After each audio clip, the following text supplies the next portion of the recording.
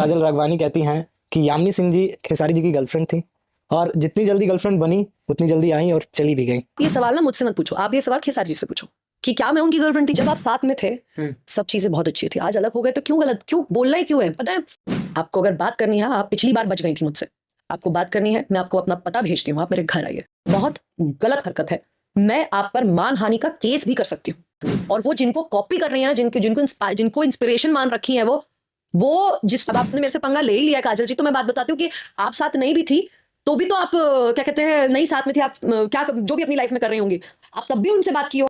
Hello दोस्तों, नमस्कार। आप देख रहे हैं जोश बिहार। जहां दोस्तों मैं बता दूं कि जोश बिहार में मैं लगातार आप लोगों के लिए भोजपुरी फिल्म इंडस्ट्री से मिलता जुलता खबर लेकर आता हूं।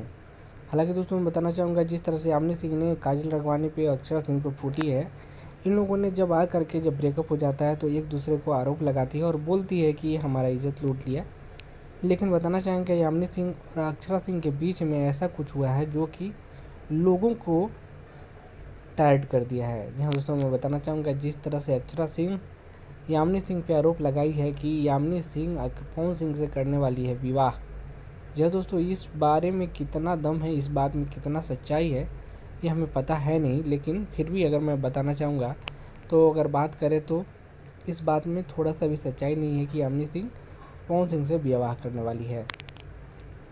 तब तक के लिए मैं आप लोगों को बता दूं कि मिलेंगे अगले वीडियो में। तब तक के लिए हमारे जोश बेर चैनल को सब्सक्राइब करके शेयर कीजिए ताकि भोजपुरी इंडस्ट्रीज़ की आने वाली हर एक खबर आप तक पहुँच पाए। तब तक के लिए जय हिंद।